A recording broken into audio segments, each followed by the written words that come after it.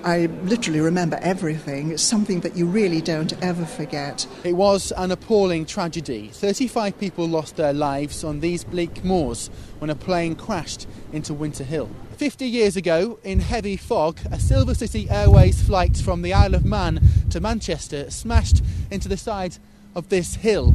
In terrible weather conditions, local people tried to rescue the few survivors. I could feel myself being propelled into the air, but I didn't know anything else until I recovered consciousness out in the deep snow. I was lying completely flat. It was absolutely shocking because it was so foggy up there.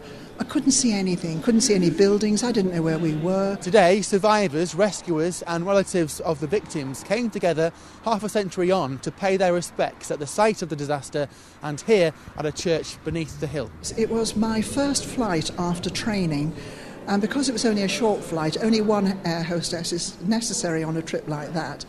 And so what an initiation. It was 9:45 a.m. on February the 27th, 1958.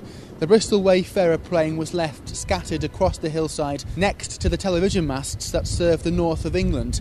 Staff from the TV centre helped rescue survivors. When we got to the crash site, the plane had broken into two main sections. There were many bodies lying around the area, and our job came down to searching for those who showed any signs of life. The disaster was only days after the Munich air crash. It sent shockwaves across Greater Manchester, and the people living in nearby Horwich found themselves at the centre of a major incident. I'd never been up close to a dead body, let alone those with horrific injuries. There was something to do. You had to try and help, and I suppose you just got on with the job and help people. I'm very pleased that I managed to get here because it's nice to be in with all these people and a lot of them helped up there at Winter Hill, and we appreciated that because we needed a lot of help up there.